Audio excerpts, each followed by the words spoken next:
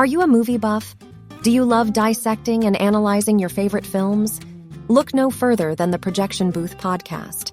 Join host Mike White and a bevy of guest experts as they explore the history, themes, and legacy of cult classics, obscure gems, and mainstream hits. Join us every week for a unique and engaging look at your favorite movies. So sit back, grab some popcorn, and tune in to the Projection Booth podcast, available on all major podcast platforms.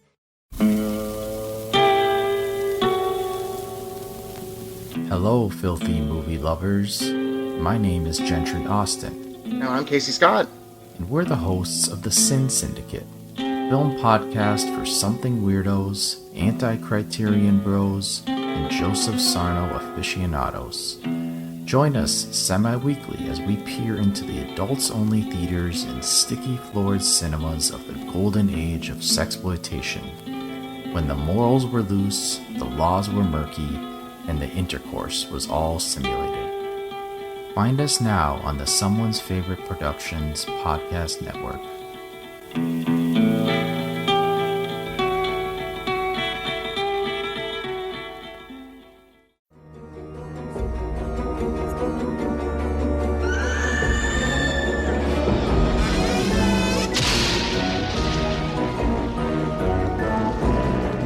Hello, creeps. It's me, John Kassir, the voice of the Cryptkeeper, and you're listening to Chronicles from the Crypt.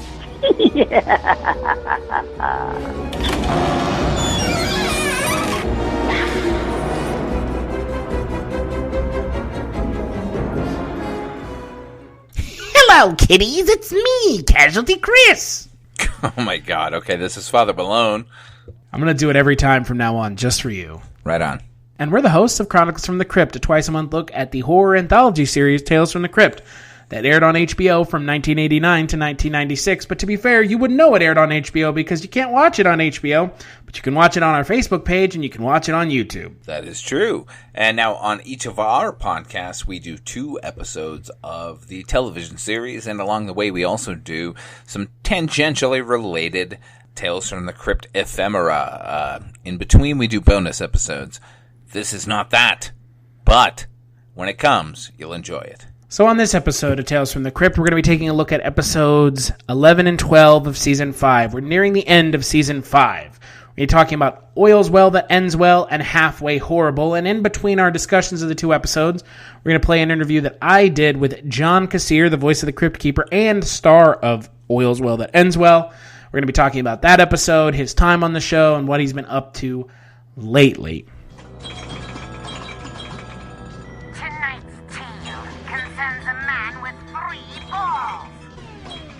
What do you know? Par for the corpse. 10 billion points. Is this fun or what? Oh, hello, kiddies. Don't mind me if I'm carrying on, but I've really grown to love this game. I could goo all night. Which brings to mind tonight's terror tale.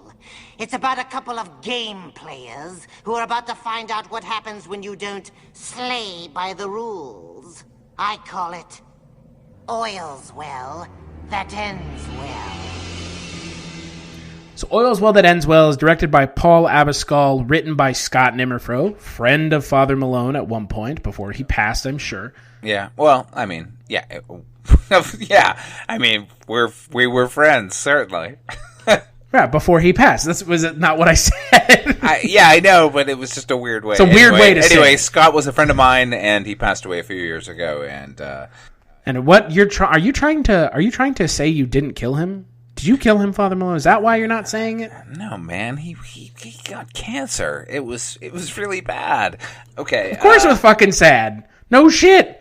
This is like the 3rd time we've talked about Scott Nimmerfro on this show. I think at least the 3rd time. Probably the 4th, maybe? He feels like one of the names that's shown up a lot. Like with Alan Brennert on our our Twilight Zone podcast. Scott Nimmerfro has shown up a lot more than I think anyone else. Scott was one of the driving forces behind the later seasons of the show. Really good guy. A really good writer at times, depending on what he was delivering. I miss him dearly. Here we go. All oils well that ends well, which is, God, it sounds so familiar, us doing this episode, right? Almost like we've done it before. A little backstory on this episode. 2 years ago, Chronicles from the Crypt 2 years ago, Chronicles from the Crypt had been on ice for a while. I had podcast co-hosts who were not able to commit to getting this podcast once a month done. And essentially we've moved to a twice a month format. But I was unable to find anyone who would be willing to commit to doing the show because it's a time commitment like anything else. But I mean, Father Malone and I were friends, and I approached him because we were already doing CultureCast stuff. And I was like, hey, do you want to pick up where I had left off? And we recorded an episode where we talked about this episode, Oils Well That Ends Well, and Halfway Horrible. And we got to the end of the episode, and we pretty much both said at the same time, we should just restart the show in its entirety. And we did, and here we are! 2 years later, I think a little over 2 years later, we're finally back at the point where we picked up the show 2 years ago. The episode that never aired, but here it is now. Oh my God. Yep. And boy, what a doozy of an episode, isn't it? Ugh. Yeah, it's not really great. Hasn't it gotten better in the last 2 years? It has not. It has, in fact, in some estimation, gotten worse. Oils well that ends well. Okay, now, shockingly, this is adapted from a Tales from the Crypt story issue number 34, Tales from the Crypt, written by Bill Gaines, Al Feldstein. The artwork here was done by George Evans, which is good. Story is almost remarkably exactly the same. They have swapped a male character for a female character, in this case being Priscilla Presley. Follows the original comic pretty to the letter, much to the detriment, because this is not enjoyable. Am I wrong? No, I don't think you're wrong. I mean, there are some parts of this episode that are fun. It's nice to see John Kassir in front of the camera. It is. Yeah. No question. Like, he's right. Yeah. I mean, and we're not just saying that because we love John Kassir and he did the intro for our podcast. Genuinely, John Kassir in front of the camera is a welcome addition to this episode. But everything else, for the most part, not great. Lou Diamond Phillips, Lou Diamond Phillips is not a good actor. Like, he's just not.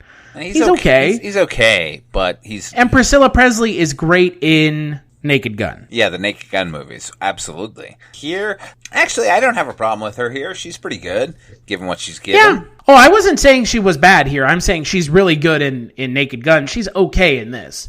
But she works better in a purely comedic setting because it allows her to be a little bit more natural. Here, everything feels kind of forced. Yeah, because it's not good. It's yet another con artist story where nothing new is brought to the table. It's pretty rote. We've seen some episodes recently where you can kind of say, well, we've seen this before, but in this particular case, we definitely have seen this before. Setting and whatever being a little bit different, but, as far as a con artist getting conned, stop doing these. There are so many more interesting avenues they could be exploring, and they just choose not to. Yeah, the whole con artist thing is getting a little old. I mean, I can think of at least, 2 off the top of my head? The Treat Williams one with the older ladies. And I feel like there's another one I'm forgetting. The Tim Curry one. Well, that was another one, big old con artist episode. Right. That was at the beginning of this season, too. And that was good. That was fun. That was a great episode. One of the best episodes of the show.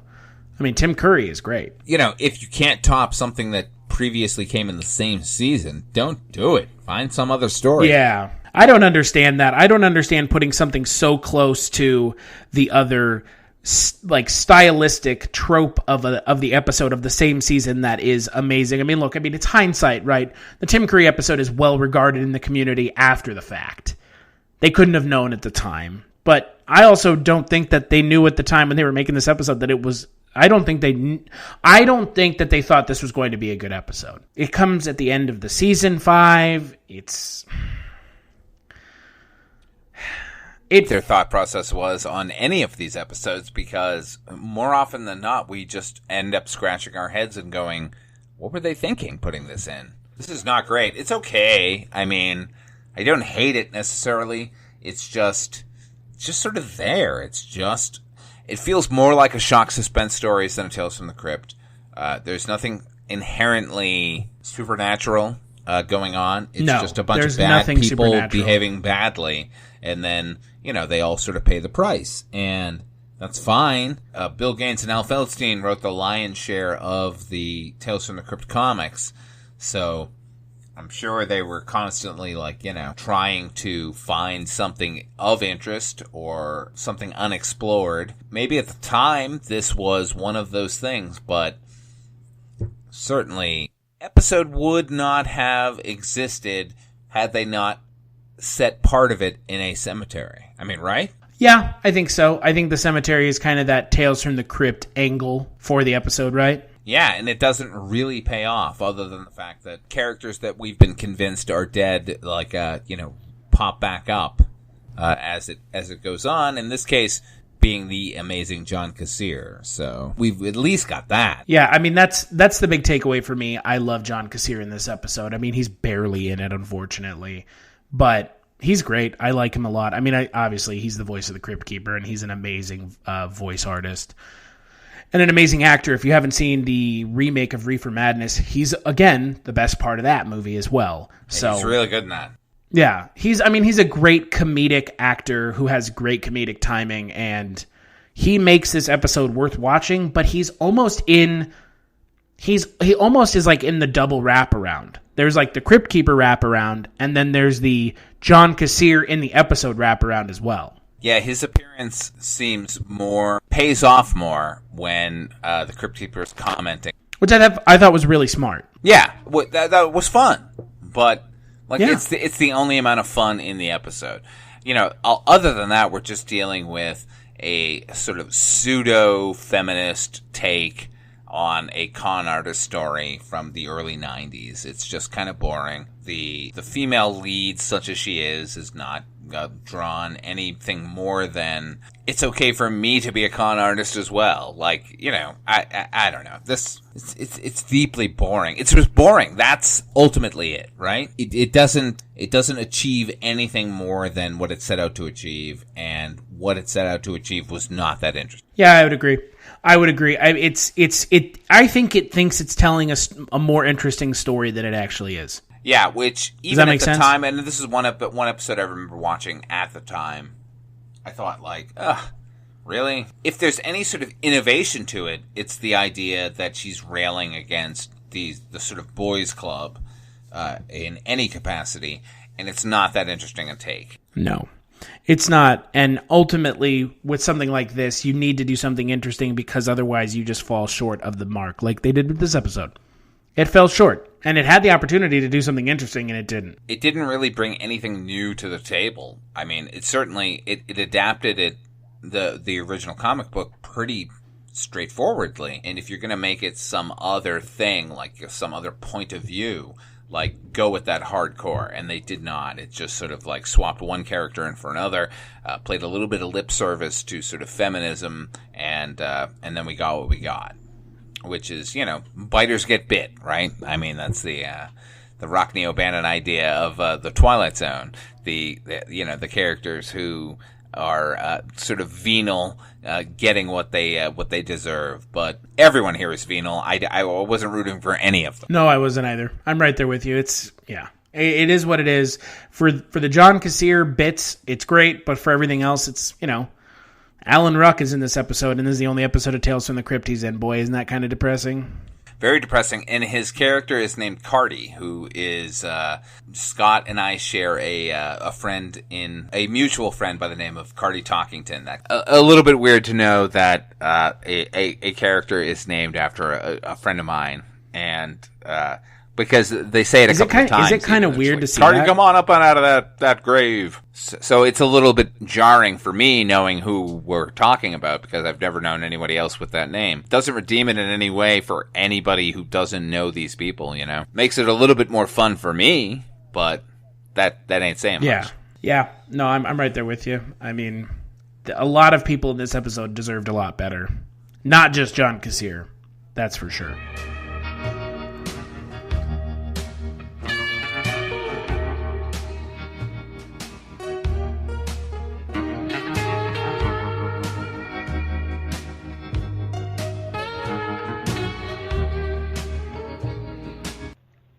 How did you first get involved with Tales from the Crypt? Well, it's not a short story, but a fun story. I started out as a theater actor in New York and made my way into television by winning Star Search as a stand-up comedian back in 1985. And the way that happened was I was doing an off-Broadway show about stand-up comics called Three Guys Naked from the Waist Down, which was it was a three-guy musical of stand-up comics, and think Dreamgirls, but with stand-up comedians, and starred myself along with Scott Bakula and a guy named Jerry Colker, who was who wrote the book and lyrics. The music was by a well-known musical theater actor, Tony Award winner Michael Rupert. And, I played this very dark kind of suicidal, kind of Andy Kaufman-ish type comedian in the show. And they had seen me, some people had seen me from Star Search, and they said, hey, we want you to be on our show. And it was a brand new show, and I was like, what is this, like, Ted Mack's Amateur Hour? They're like, no, it's, you can, all the comedians are doing it. You can win $100,000. And I went, oh, well, fuck, I'll do it. Right. Like, I'm not really a stand-up comic. I'm just doing this as a part in a play. They said, you win $100,000. And I went, oh, yeah, I tell you about my career as a stand-up comic. Right. So I went on the show, and because I didn't really have a lot of material. I had done a lot of street performing and sketch comedy for years, so it wasn't like it was a foreign thing to me. But I had created some of the material that I was doing in the play, in the musical Three Guys. So each week I had to go up there and do 2.5 minutes of something funny, and so I did a lot of different characters. I had created my persona as a guy who was addicted to television, and I would flip through the channels to different TV shows and that kind of thing, and kind of the idea of growing up through pop culture through television. Was kind of my material, but I did a lot of voices and characters in my act. And my first series that I got was one called First and 10, which was on HBO as well. And I played a Bulgarian field goal kicker who could kick 60-yard field goals. So he was kind of a funny character named Zagreb Shkeniski. And so HBO knew that I did a bunch of voices and characters and that kind of thing, and asked me to come in and audition for their show Tales from the Crypt. And of course I'm sitting there going, wow, they're making that into a series. I had the comic books as a kid, and it was a big deal, and I was like, this is so cool. I just figured it would be kind of like a cult thing for people that were into it like me. I mean, I loved the Universal horror monster movies. Right. And so I went in down to Kevin Yeager's studio where they were holding the auditions, and Kevin was, trying to find a voice that matched the puppet that he was creating, and saw that he had all these rotting teeth and holes in his throat, and he was this cackling bag of bones. And they gave us the copy, and the copy was all these, ridiculous puns, which I loved. I could see some of the other guys that were auditioning were going, "Oh my God, this stuff's terrible. How do you say this stuff?" Right. And I'm sitting there going, "You guys don't get it. He loves saying this stuff, So I went in and did it for Kevin, and he was like, "Wow, that's exactly what I'm."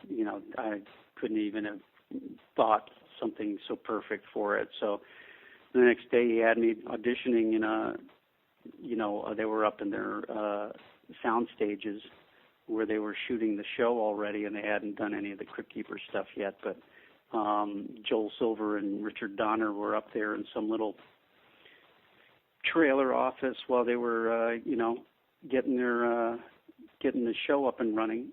And so I did it for them in that office, and obviously they were really big guys to do anything for, but to do that for them in their office was a lot of fun. they're like, great, we'll see you on the set. And, of course, I thought they were just pulling my leg, or, a lot of people go, okay, that was great, man. Great, we'll see you, and wait to hear from us. Never hear from them again, yeah. But, that was 1988, I guess, when we started working on it. The show was on the air in 1989. And, been doing it ever since. Yeah.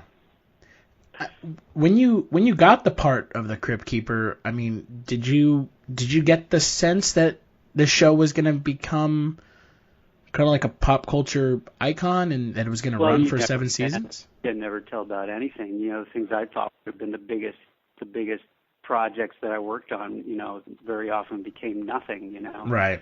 You just don't know. It's, I've been doing this for 33 years, and there's, I can count probably projects on one hand that you would even know the names of, out of 33 years of shows and performances and plays and that kind of stuff. And, so especially since it was such a, it was a controversial comic book as a kid. I mean, I had to hide mine because they were deemed to be causing juvenile delinquency in kids and stuff. Of course, it was ridiculous. But Tales from the Crypt comic books are the reason why comic books have coding on them, for age appropriateness. And before that, they didn't have that. And so, and HBO wasn't as in every household, in as many households as it is now. First and 10, which I did for 6 years, which was a great series, launched the careers of a lot of different people, including myself. Was seen by a certain number of people, but it wasn't a mainstream show because HBO was maybe in 20% of households. Right. But Tales from the Crypt was so popular, that people were going to people's houses that had HBO, so they would have Tales from the Crypt parties or whatever. And, so it was a very popular show. It was an expensive show to do, too. Every year somebody else had to come up with some more cash to supplement it to get it on the air in hopes that they would make their money back in syndication, Mm-hmm. But, which is maybe one of the reasons why, they didn't jump back into doing more in the last number of years. And then, of course, the rights ran out, so the Gaines family haven't let go of the rights to allow for more to be made. So, at least not through these guys in this particular style of show. So, so there's really no way to tell that was going to happen. The show's more popular now than it ever was. And, the show was popular back then, but there's more of a fan base for it now, the kids that grew up with it. And if you had asked me if kids were watching it back in the day, I would have said no way, with the language and nudity and graphic violence and that kind of thing.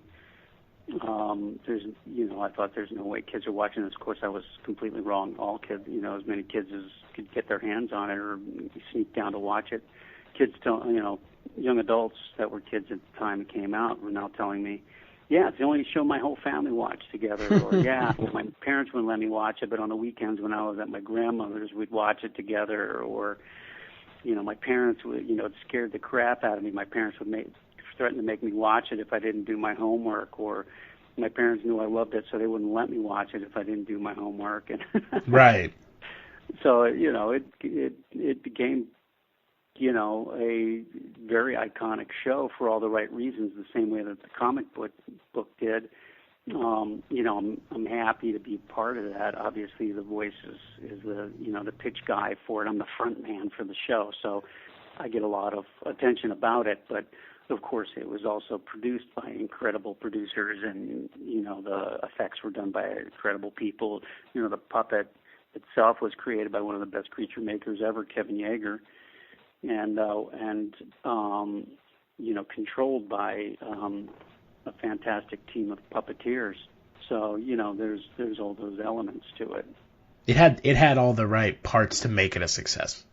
Oh, yeah. I mean, those guys are the biggest producers in the business. I mean, the partners that bought the rights to the comic books at the time to make it were Joel Silver, who did all the, Lethal Weapons and Superman and Matrix and, and of course Richard Donner, who directed the Lethal Weapon movies and Superman, and Walter Hill did 48 Hours and all these great movies, and Bob Zemeckis, of course, and you don't even need to list his credits, everything from Back to the Future to Forrest Gump, and David Giler, who had produced Alien. So, these were the producers, and they had to get a lot of favors to get the show made, and they didn't get a lot of favors. And all those stars that worked on that show worked for scale, and people, they got these great directors to come in and work on it. And then there were a lot of actors and people in the business who, hadn't really made a mark for themselves as directors, wanted to come in and direct an episode too. It was kind of a playground for that. Arnold Schwarzenegger and Michael J. Fox and Tom Hanks and Michael Keaton and, all these different people came in and directed episodes. So it's kind of... So speaking of the Cryptkeeper's voice, which you did a little bit, what, aside from seeing kind of what they were going for with the puppet, what other kind of influences did you draw from to create the voice? Well, obviously the, if you go back to the drawings in the comic books and stuff, it's like every time his mouth is open, there's like drool, from lip to lip, that kind of artistic style that was used in the comic books back then is, you see it in every kind of horror now. So it had texture to it. So it felt like the voice needed to have texture to it. And, the idea of making him funny and fun and gleeful and laughing at his own jokes was an idea that I immediately had. And, so I'm thinking, what better laugh to emulate than, some kind of, chalkboard scream, than something similar to the Wicked Witch of the West. So I obviously did my own kind of take on that. And then, he's the host of the show, so I thought back, okay, who are the great hosts of horror and, suspense, and you're thinking Rod Serling and Alfred Hitchcock on his show, Alfred Hitchcock Presents, and, these kind of things. And so he had to be that kind of storyteller and draw you in with his, kind of macabre humor. So, went along that line, and then of course there were jokes, so we had to have, some kind of, stand-up kind of feel to it, and obviously having done some stand-up, that was, in my wheelhouse, but also, thinking along the lines of the best old, joke, the timing of the old, joke tellers, whether it was Henny Youngman or Rodney Dangerfield or Johnny Carson or these kind of guys, So those were the elements that I needed to, to bring to the character, and those were the elements that seemed to meld really well with, what the choices that I made seemed to meld really well with what everybody was thinking. Speaking of your character, how did the filming work? Were you on set, or was it just synced up afterwards? Usually they were already shooting the episode when they wrote the wraparounds. They wanted the wraparounds to fit the tone of whatever they were, doing. Kevin Yeager, directed all the sequences with the puppets because it's a pretty involved, thing, is the automated, puppet that worked, took 5-6 people to work, depending on whether you had feet involved or not. And took 2-3 people just to make the face move. 2, I think, to move the cheeks, eyes, and other exclamations in the face, and then 1 to move the jaw and lips. And then, a puppeteer that worked the head and one of the hands, and then somebody that worked the other hand. So that's 5 right there. And then if they had his feet moving and stuff, there was we had this great actress, this short woman that would come in there and stick her feet in there with the Cryptkeeper feet on. So, that was pretty involved. So they had to be able to coordinate with my performance. So Kevin and I would go into the studio and do 1 or 2 episodes, depending on what they needed at the time, and just do some different versions of it and have some fun. And sometimes they would videotape me just to get us some, physicality. And the puppeteers would coordinate to the playback, the same way that you would when you're doing a rock video or the music playback. And so they could coordinate everything. But they got to be so good that, sometimes we would have to do interviews about an upcoming season or one of the movies or that kind of thing. And I would be off camera answering the questions, and the puppet would be on camera, and the puppeteers would be watching me and taking their cues off of what I was saying. And they'd be just a tiny fraction behind what I was doing, but you wouldn't notice it on camera. And they were keeping up with me in real time. It was pretty amazing. Pretty amazing job that they did. And sadly, Van Snowden, who was the lead puppeteer on that puppet, died of cancer a couple years back. But really talented. But everybody else in that crew were some of the best in the business and working in some of the biggest movies around, Jurassic Park and stuff like that, making dinosaur puppets move and that kind of stuff. They're all, gifted puppeteers. So, that's how you would do it. If there was, sometimes if there was somebody on set, like whether it was Whoopi Goldberg or Arnold Schwarzenegger or that kind of thing, I'd be on set for them to play off camera because, otherwise they would have to play to a playback, which doesn't have a lot of, give them any kind of leniency in timing. Plus, you don't have to put a whole mess of puppeteers together just to do a playback. Them to have nothing to play to. So, there's a camera actor for them to play to as well in a number of situations. That was always a good way to work. But I really was I had carte blanche to go down to the set anytime I really wanted. If I wanted to go watch them record or shoot. My parents were in town and never had seen anything really shoot live. I took them down while they were shooting Death of Some Salesman, and Tim Curry and Ed Begley were shooting that episode, and it was Tim Curry played the daughter, the mother, and the father in that episode. It did brilliantly. I can't remember if he won an Emmy or was nominated for an Emmy for that, but he certainly should have been.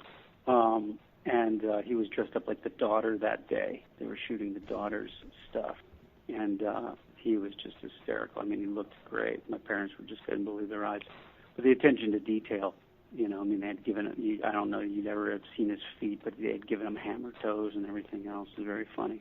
As the attention to detail, right, for the show, Yeah, amazing. Yeah. Amazing. It's one of the reasons why the show's so great. The opening sequence is done with, at that time, pretty cutting-edge effects. Obviously Robert Zemeckis has always been into cutting-edge effects and used a number of them in the Tales from the Crypt episodes that he directed, and also in the opening sequence, some of the same effects that he used in stuff like Forrest Gump. The opening sequence goes from a model to a model staircase into a real foyer that they built that was a set, and goes to the bookcase, down a CGI'd staircase into another set, and it's pretty seamless. You can't really tell. So they did a pretty amazing job. It was a playground for top people in the business to do their thing. I'm glad to have been a part of it. You mentioned that you kind of work on set with some different guests. What was it like to work with some of the biggest names in Hollywood at the time? Well, it's always an interesting thing. That show was a lot of fun, so people are always there to have a good time. Right. I've done, obviously I work on camera as well, and work, some of the voiceover stuff that I've done has also been with some of the biggest people. But as far as working with people in this business, I worked with a lot of them. Jack the Giant Slayer was one of the most recent projects where I worked with amazing, big movie actors. I played a, two-headed giant with Bill Nye, who's one of my favorite British actors. People are, you mean Bill Nye the Science Guy? No, not Bill Nye the Science Guy. Bill Nye, Underworld, Love Actually, he's just one of the best actors in the world. And we played a two-headed giant together, so I, was pretty much attached to Bill for 4 months. And, playing opposite Stanley Tucci and Ewan McGregor and Nicholas Hoult and, Ian McShane and all these great actors.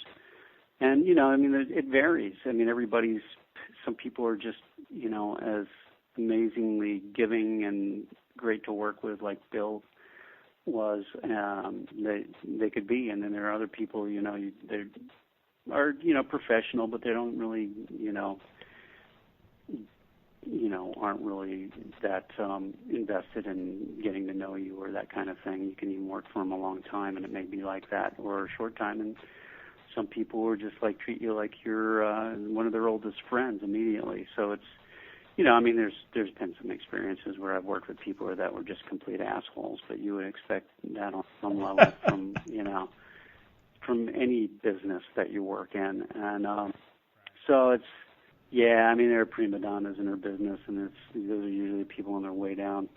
But, I did that's an the NCIS way, I would say that's earlier. the way it is with everybody, right? Again?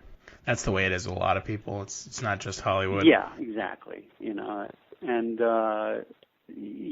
worked on NCIS beginning of the year. Had a really great partner. I was supposed to be old friends with Robert Wagner. I had never met Robert Wagner before in my life, and he treated me like I had known him for years. He was just one of the nicest people I've ever met in my life. It was a great experience, and we had a lot of fun shooting the episode. So, as were all the actors on that show. Mark Harmon, runs a tight ship over there, and he treats their people really well. So, it's tough. It's tough being, when you're on a series, you're in, it's your game, and you're part of the game, and everybody treats you a certain way, and then you come in as a guest star, and you're expected to just come in, deliver, and leave, and very often the stuff you're doing is not very colorful, and sometimes you have to have, close relationships with the people you're working opposite, and they're, you never get to know them even for a second, and that kind of thing. You don't really get much rehearsal in television and that kind of thing. So it's a difficult task. It can be. And then you walk on a set like something like NCIS, and everybody treats you like you've been on the show all along, and they're really cool. And it's not that the other people aren't doing their job. It's just that's not the way they work, or they're just don't have the time for it, and that kind of thing. So it can be very difficult in that situation. And I've been on both ends of it. I always went out of my way to try to make good, guest stars when I was on a series regular, trying to make the guest stars feel like they were welcome so that they could do their best work, And so it can be a weird situation depending. Newer shows are a little more uptight because they're trying to stay on the air, and they're working towards making sure everything's right. And the director can change all that too. It can be a good experience, a bad experience, depending on the director. But Tales from the Crypt always had big stars on it, and they were always really cool and came ready to have a good time, and they were always really ready to have a lot of fun, and we always did. I've shot stuff where I worked on it for months, like Reefer Madness, where we shot up in Vancouver for 3 months. Working with fun people like Steven Weber and Kristen Bell and Alan Cumming and Hannah Gasteyer, and then of course some of the who were the original cast members from the play, myself and Christian Campbell and Bob Torty, of course. And, we're up there just on location somewhere having a great time together, and we're all becoming close friends. And, and that's what makes a movie like that become special. So you can tell that the people were having fun making Tales from the Crypt because the show emulated that. It's usually where it starts with, what the people bring to the set that day.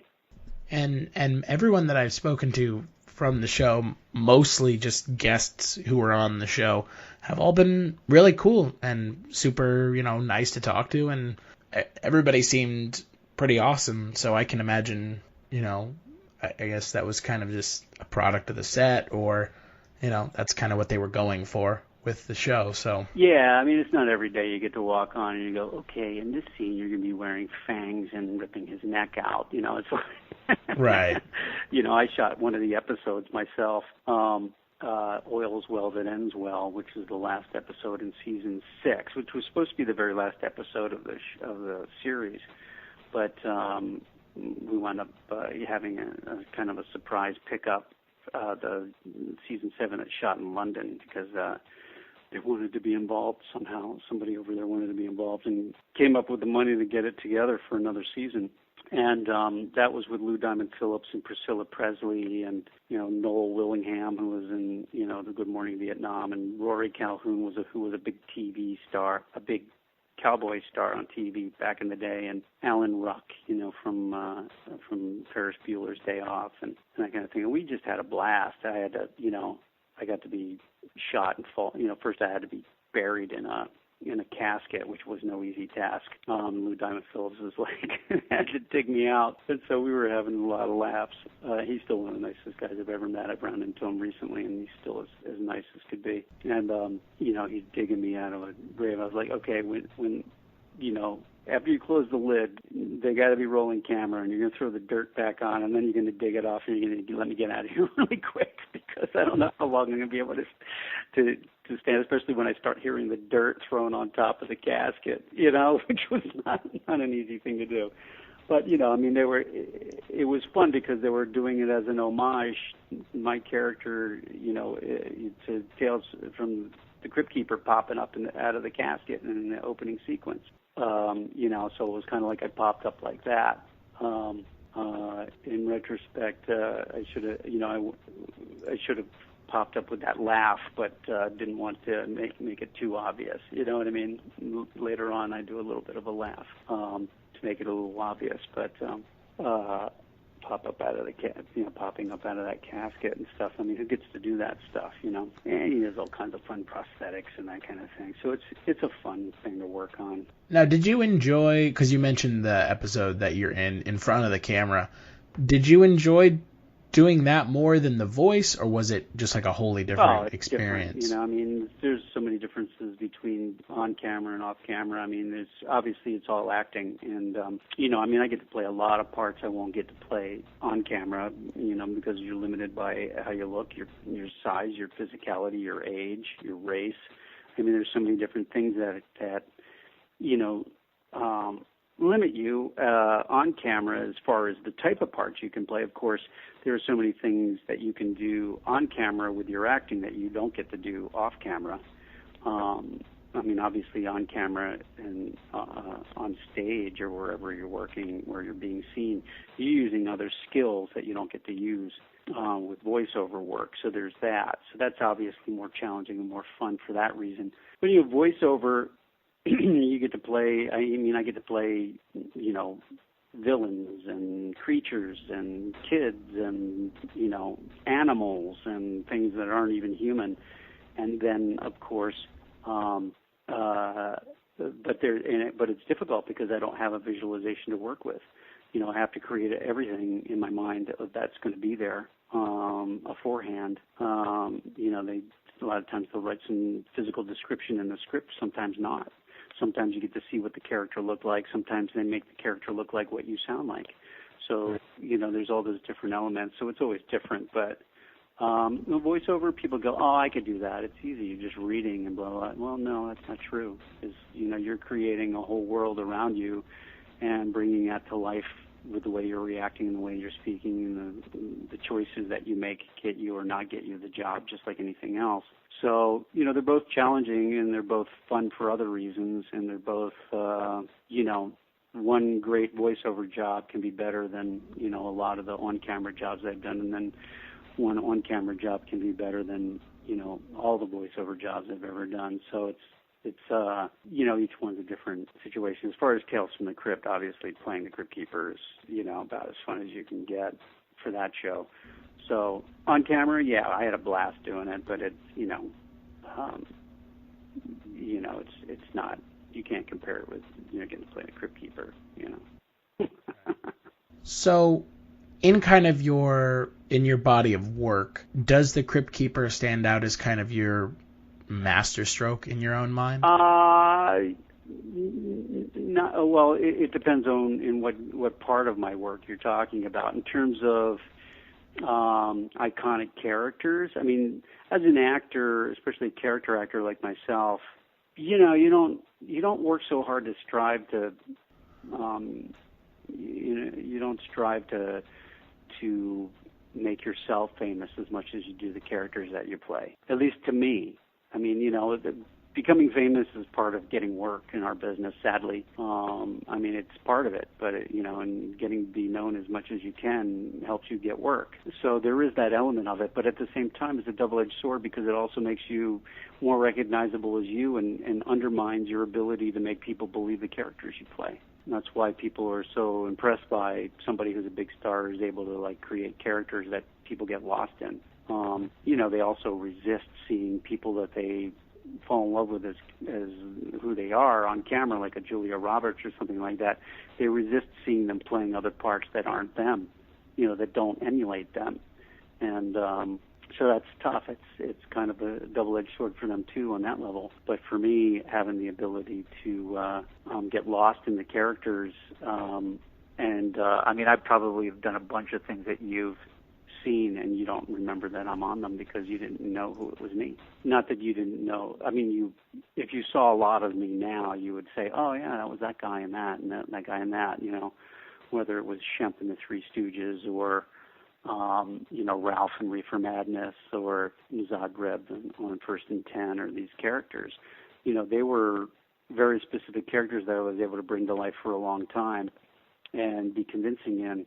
But none of them, and also, playing on stage is a whole nother story because you get to do that 8 performances a week if you're doing it off Broadway or Broadway, and getting to do that kind of thing is an amazing experience as well in front of a live audience. And then you really get to delve into a character and really get to work something and work with an actor and rehearse over a long period of time so that you can bring it to life every night over and over and over again with something new. So in terms of those strokes, in terms of the work, I mean, there are things certainly that challenged me more than Tales from the Crypt, that used more of my skills that I've worked on and more of my talents that I was given to do. And so I would, probably say, something that I did on stage might be more of my master stroke in terms of, what I felt I'm able to do as an actor. But certainly Tales from the Crypt is my master stroke in terms of iconic characters. I mean, there's, nothing that's lasted that long, that's become that popular in its genre, that is so recognizable worldwide or appreciated by fans that love it. There's no other piece of work that I've done that somebody comes up to me and goes, oh man, that character that you did is the reason that I follow that genre. And that happens with Tales from the Crypt all the time. It's like, oh man, I heard your voice come on the TV, I came running. And, I watched Tales from the Crypt because I want to watch the Cryptkeeper. And, I love the Cryptkeeper and I loved your voice in it and I loved that it got me hooked on horror. And now I've been a horror fan my whole life because of character and you and what you did in it and stuff like that. And of course, it's not all me. It's a collaborative art, which is what acting is a collaborative art, especially filmmaking. You have a certain pride about doing something like that for all those reasons, especially that you collaborated with some of the best people in the business to make something special, So I certainly don't take all the credit for, the Cryptkeeper or Tales from the Crypt, but I certainly am proud of my work in it. And as a result, it's something that is more come to be part of the definition of me rather than I tried to make it to define me. Do you know what I mean? Does that make sense? Makes sense. Yeah. Because it was placed on me. I just did my work and it happened to happen that way. That's all luck. It's a lot of hard work from a lot of different people, but as far as it finding its home and getting on the air and the right people seeing it and being on the air long enough for people to see it and then for it to be something that everybody winds up it resonating with a lot of different people and still being around, so that even another generation know what it is and that kind of stuff. That's in the fates of the gods. Some people are good at that.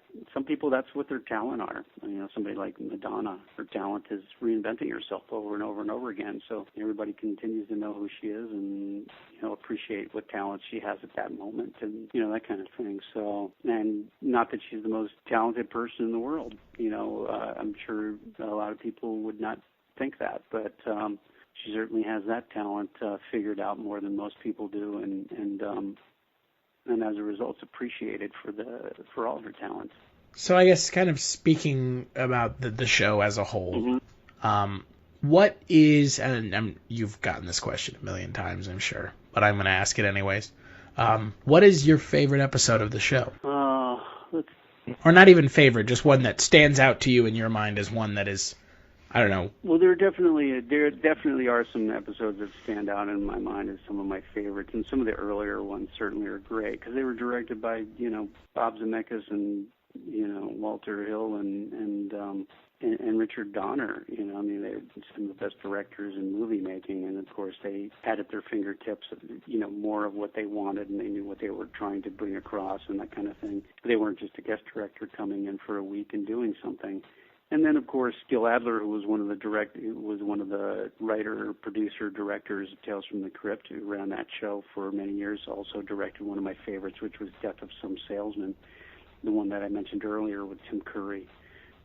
It's just so well done. It's a comic book. It's so great. But the first season, there was an episode that Walter Hill directed, The Man Who Was Death, with William Sattler as an executioner.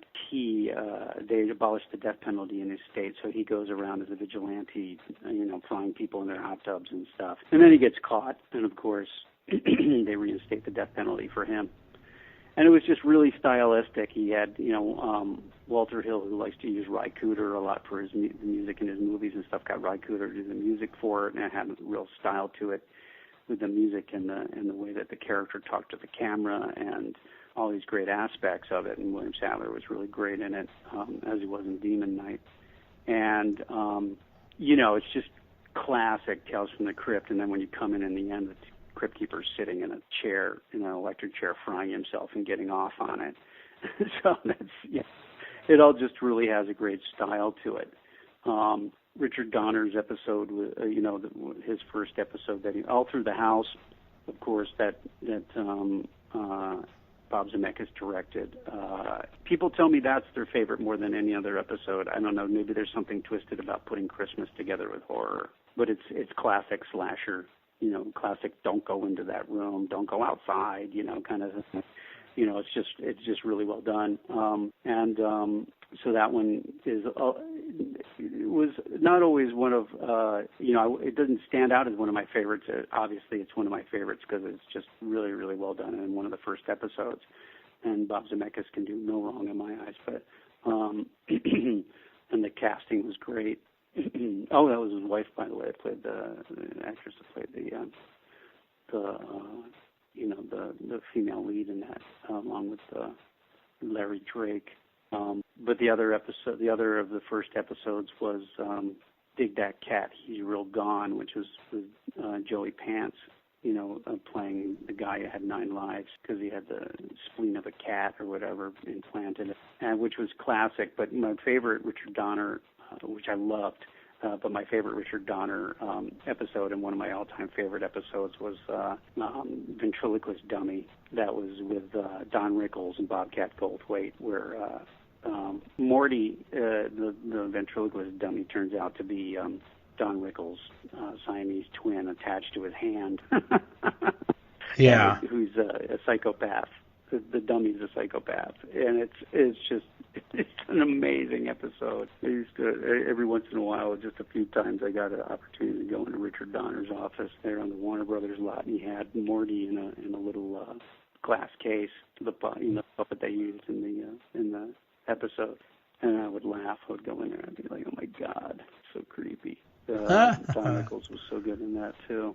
But that's a great episode. A lot of good episodes. You know, I mean, some of the ones are more cartoony, some of the ones are more dark, some of the ones are more thriller-esque. You know, I mean, they all have a different tone to them depending on the story and the director and the script. But it's like the difference between. I'll wrap this up by talking about the difference between Demon Knight and Bordello of Blood. You know, they're both great movies for different reasons, but some people who like more of the cartoony comic book kind of feel gravitate towards Bordello of Blood, and some of the people that like the more dark and creature effects and that kind of stuff are attracted to Demon Knight. Me personally, I like Demon Knight. I just thought it was incredible. You know, great villain by Billy Zane. You know, William Sadler was great, and all the actors were good in it. And Ernest Dickerson just did a great job of shooting it. So it was great movie. So I mean, it's a lot of years of a great property that they eked a lot out of, and a lot of people ask me why we don't do more, and there's a number of different reasons. The main reason is they don't have the rights to it anymore to do it. Somebody else. Which is too bad. Yeah. Somebody else has the rights to it. Whether they'll ever get anything done with it or not, who knows. But they wouldn't be able to use this Cryptkeeper or do this style of show because that was done by the other guys that own the rights to it at that time. They would have to come up with their own thing. But, the property is a great property. You would hope that somebody would do something great with it either way. And, you never know. Maybe in the future the Cryptkeeper will show up in something else or be back. It'd certainly be a shame if he didn't. But in the meantime, you got 93, 94 episodes, I think, to watch. And three movies. Right. So, yeah. There you go. More than enough stuff. Hey, thank you very much, Chris. I so appreciate your time.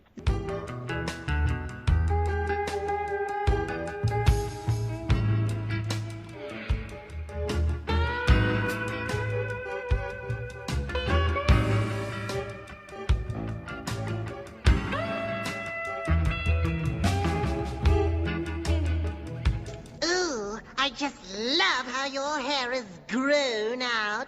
A little scream rinse and conditioner, and it'll look faboo. If you don't look dead, we don't look dead. Oh, hello, kiddies. You're right on time for your appointment.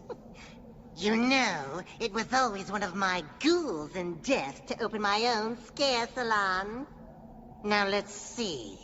A few shrieks in your hair would look good. A bouffant would look even better. Or maybe you'd like to try tonight's dye fashion statement. It's a nasty nugget that asks the question, zombie or not zombie? I call it halfway horrible. So Halfway Horrible is directed by Gregory It's directed by Gregory Wyden, written by Gregory Wyden. It stars Clancy Brown and Martin Cove. And Clancy Brown is the owner of an undersea hamburger restaurant. No, he's not. He's not Mr. Krabs. Well, he is Mr. Krabs, but he's not Mr. Krabs in this episode. In this episode, he's a dickhead pharmaceutical character. This is a shittier version of Forever Ambergris. It really is. There's no other way to describe this episode other than a shittier version. No, not in the same season, too. Like, I'm shocked that this occurred. It's really surprising because we've had 2 episodes following up 2 great episodes that have been almost carbon copies of the previous episodes in the season, and these don't work. This one certainly doesn't, and it's a real drag because, we say a lot like about an actor who is done a disservice by this is the only episode they get to do. Clancy Brown is one of my favorite actors of all time. What a fucking good performer. Just given really nothing to do here. As you mentioned, this was written and directed by Gregory Wyden, who wrote Highlander, the feature film that I think most people would recognize Clancy Brown from early on, where he played the Kurgan.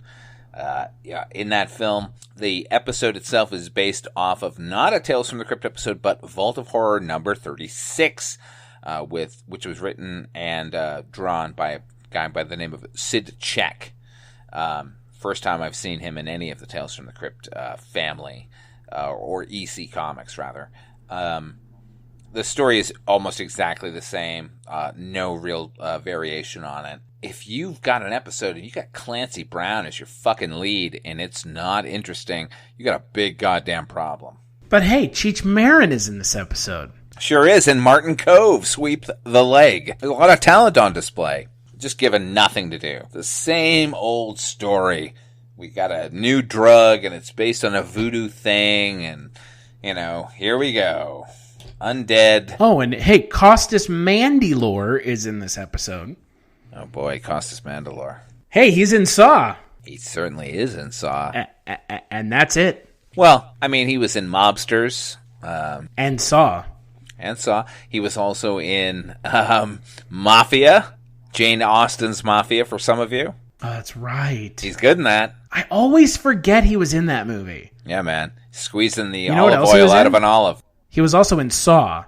I did not know that. I don't think most people know him from anything other than Saw. Probably not, but people have an attention span of a Cocker Spaniel these days. That's true. But he's barely even in this episode. Yeah, very infrequently. Mainly what we get is the awesome Clancy Brown doing his best to enliven a script that is not in any way worthy of him. It's not good, man. It's not good. No, I'm so tired and of the ending. Let's go to the voodoo trope once again. What is with the ending of this episode? Oh, it's terrible. I think that's what you're asking. But I didn't understand it. He fucking... So he has a bad side that he wanted to preserve with Zygrot? It is Zygrot, isn't it? I mean, I don't know. I forget what it's called exactly. Might as well be Zygrot. Or Tenafly Viper, or anything. Zygrot B. Fiddle faddle. Yeah, there's a waste of Clancy Brown's time. Again, this is one of those episodes where our biggest complaint ultimately comes down to, you had Clancy Brown for one episode, and this is that episode. Here it is. Imagine him in something like Three's a Crowd. Oh my god, he would have knocked it out of the goddamn park. But not this one. No, certainly not. I honestly don't know where to go, like critically here. Like, it's just something I watched when it aired, and I felt myself forced to watch it again, and now I never want to watch it again. And I like Greg Wyden. I mentioned he did Highlander. He also wrote and directed a film called... I'm going to forget the actual title because the original title was so much better. He wrote a movie called God's Army that ended up being... God, help me here, Chris. With Christopher Walken. It's about angels fighting one another. Never seen it. No. Never seen it. The something or other. Christopher Walken, Eric Stoltz, Elias Is it the Koteas. one where on the cover it has like Christopher Walken's face? Yes. Oh, I know what you're talking about, but I've never seen it. It's fun. It's a fun movie. Greg Wyden, interesting fellow. He wrote Backdraft. The Prophecy. The Prophecy. What a garbage title. Greg Wyden was a Chicago firefighter and ended up getting injured on the job and wrote a script about it. And that script ended up being Backdraft, in addition to Highlander and The Prophecy and this particular episode. Interesting cat, good thinker, kind of fell into the trap of let's just adapt this as it was and not, look beyond and what the ramifications were, what it would have been in 1994 or 5 when this came out. It's a failing, unfortunately. Yeah, it's not great. And again, I think the biggest issue that I have is that Clancy Brown is criminally underused. And that's most of Clancy Brown's entire career, honestly. But it was Zim. Yeah, Zim. I love him in Starship Troopers. Oh, he's so in this, good. No. In this, not at all.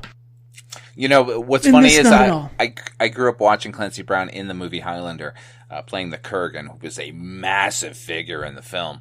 And years and years ago, this is like 1995 maybe, I went to a comic book convention in Los Angeles at the Shrine Auditorium. And as I was wending my way through the crowd, I actually collided with Clancy Brown. And he just said, "Oh, excuse me." But I realized at that moment that I'm actually taller than him, and it completely destroyed my worldview. I'm taller than the villain from the Highlander? How could this be? But, he's good here. That's the only thing I can recommend about the episode is how good Clancy Brown is. But then I would encourage you to go watch him in virtually anything else. Not this. No, not this. Stay away. Look, even the makeup is okay. It's not that great. It's, serviceable. And please stop doing voodoo episodes. They're so goddamn boring. Yeah, the voodoo episodes really just feel cheap at this point and tropey, and I'm done with them. I'm really done with them. Hopefully we won't get another... Weird voodoo things. Voodoo is weird. Okay, fine, whatever. Sure. You've had your fun show. Give it a rest with the voodoo. Make it about Scientology or something. I don't know. Something new and uninteresting. Well, yeah, voodoo is just, again, jungle voodoo too. Good Lord. Then there was the episode with James Remar with voodoo. There was the episode with the disembodied head of that guy in voodoo. Like, there's so many voodoo episodes of this show. Yeah. Forever Ambergris. The really good one with Lloyd Bridges, not Lloyd Bridges, Beau Bridges. Is that voodoo? Oh, yeah, that's right. It is. It ends up being a fake out, but yeah, it's sort of predicated on voodoo. Like, at least that was forward-thinking. Like, it doesn't have anything to do with the supernatural aspect of it, if there is one to begin with. Yeah, no, that episode is the best voodoo episode of the show, and they use voodoo as a trope, like a fake-out. Like, it's almost a joke that they're doing, and it's just sort of like a fake-out, exactly. Ah, well. Oil's well that ends well, as they always say. In the words of Ed Wood, the next one will be better. Yep. All right, so on the next episode of Chronicles from the Crypt, we're going to be talking about the final episode of Season 5, Till Death Do We Part, and because this season had an uneven number of episodes, we're also going to be bringing you our bonus episode at the same time, where we're talking about the second Tales from the Crypt film, Bordello of Blood. Stars Dennis Miller. Oh, Dennis Miller's so funny. Oh, I can't wait. Yeah, Dennis Miller's not funny. No, man, he's garbage. That movie's pretty bad, too. It's not good, and it's kind of crazy. It makes Demon Knight look like Citizen Kane. I'm gonna do my best to find the original script and read it before we do it, because that was written in the 70s by Robert Zemeckis and Bob Gale when they were trying to force their way into Hollywood. So I imagine that script is very funny and bizarre, and what we got was forced and bad. Yeah. Bordello of Blood, if you haven't seen it, watch it before our episode, because you're in for a ride if you haven't gotten a chance to see it yet, because it is not good. And, it's not like the next Tales from the Crypt movie afterwards anyone even remembered as Tales from the Crypt. So here we go. Demon Knight and Bordello of Blood are kind of it. Yeah, unfortunately. What a legacy. Legacy it is. So until then, where can people find you, Father Malone? Check me out over on my YouTube channel, Odd5 Films, OUGHTFIVFILMS. Also, listen to me over on Dreams for Sale, the Twilight Zone 85 podcast. And on occasion, you can hear me guest hosting once a month over on the Culturecast. That's right. You can find me over at the Culturecast, but more than likely, just hit me up on Twitter, Casualty_Chris. Chronicles FTC on Twitter is where you can find us, chroniclesfromthecrypt.com as well. Big thanks as always to John Kassir for the intro to the podcast, and we'll catch you on the next episode, kiddies.